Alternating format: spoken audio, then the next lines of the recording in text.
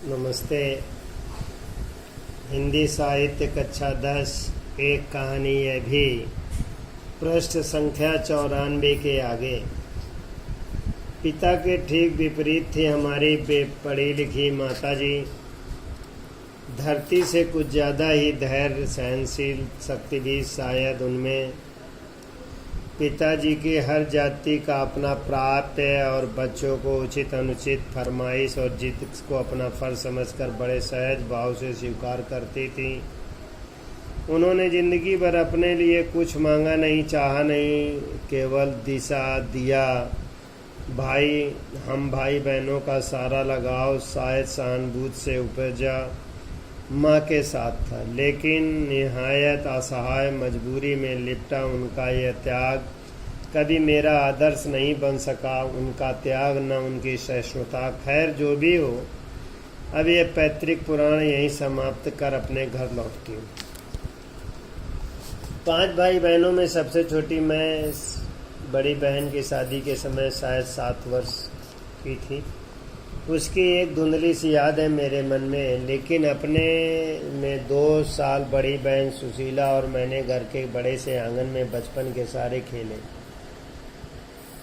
100 तोलिया, लंगड़ी टांग, पकड़म पकड़ाई, काली टीलो, तो कमरों में गुड्डे गुड़ियों की ब्याह रचाई। पड़ोस की सहेलियों के साथ या खेलने अपने भाइयों के साथ गिल्ली डंडा भी खेला और पतंग उड़ाने, कांच पीसकर मंजा सूतने काम भी किया। लेकिन उनकी गतिविधियों का दायरा घर के बाहर ही अधिक रहता था और हमारी सीमा थी घर। हाँ, इतना ज़रूर था कि उस ज़माने में घर की दीवारें घर तक ही समाप्त नहीं हो जाती थी, बल्कि पूरे मोहल्ले तक फैली रही। इसलिए मोहल्ले के किसी भी घर में आने जाने पर पाबंदी नहीं थी, बल्कि कुछ घर तो परिवार का हिस्सा ही थे। आज तो मुझे बड़ी शिद्दत के साथ वह महसूस होता है कि अपनी ज़िंदगी खुद जीने के आधुनिक बचाव से महानगरों के फ्लैट में रहने वालों को हमारे पास परंपरागत पड़ोस कल्चर से विच्छिन्न करके हमें कितना संकुचित, असहाय और सुरक्षित बना दिया है। मेरी कम से कम 1 दर्जन आरंभिक कहानियों के पात्र इसी मोहल्ले के हैं जहां मैंने अपनी किशोरावस्था अपनी युवावस्था का आरंभ किया था। 1-2 को छोड़कर उनमें से कोई भी पात्र मेरे परिवार का नहीं है। बस इनको देखते सुनने के बीच में बड़ी हुई, लेकिन इनकी छाप मेरे मन में कितनी गहरी थी इस बात का साहस तो मुझे कहानियाँ लिखते समय हुआ।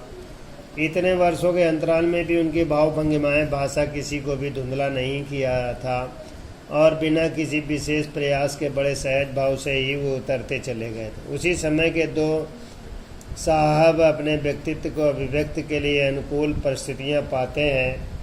महाभोज में इतने वर्षों बाद कैसे एकाएक जीवित हो उठे, मेरे सबके लिए आश्चर्य का विषय था, एक सुखद आश्चर्य। उस समय तक हमारे परिवार में लड़की के विवाह के लिए अनिवार्य योग्यता थी। उम्र 16 वर्ष और शिक्षा में मैट्रिक।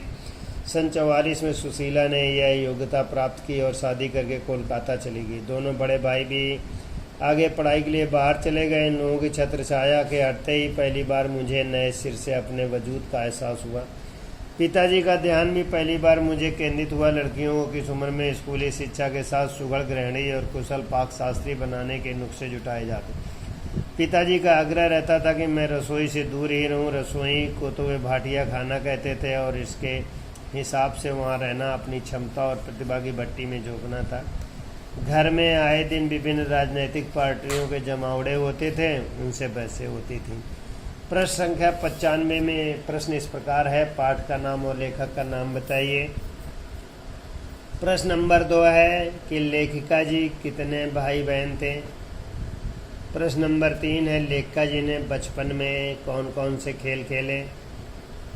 प्रश्न नंबर 4 है लेखिका को क्या मोहल्ले में आने जाने की पाबंदी थी। प्रश्न नंबर 5 है यदि आज के जैसे महानगर के फ्लैट होते हैं तो कल्पना कीजिए क्या स्थिति होती। प्रश्न नंबर 6 महाभोज का क्या आशय है। प्रश्न नंबर 7 है सुघड़ गृहिणी के लिए क्या क्या आवश्यक है। और लास्ट है अंतिम प्रश्न है 8 भाटिया खाना से आप क्या समझते हैं। अगला प्रश्न संख्या 96 की ओर है। बहस करना पिताजी का प्रिय सगल था। चाय पानी या नाश्ता दे न जाती तो पिताजी भी मुझ में वहीं बैठने को कहते वे चाहते थे कि मैं भी वहीं बैठूं, सुनूं और जानूं कि देश में क्या हो रहा है। देश में भी हो या कितने कुछ कुछ कह रहा था। सन 42 के आंदोलन के बाद से वो सारे देश जैसे खोल रहा था। विभिन्न राजनीतिक पार्टियों को उनके विरोध मतभेद थे, अतः ये सब विद्यार्थी लिखेंगे, याद भी करें।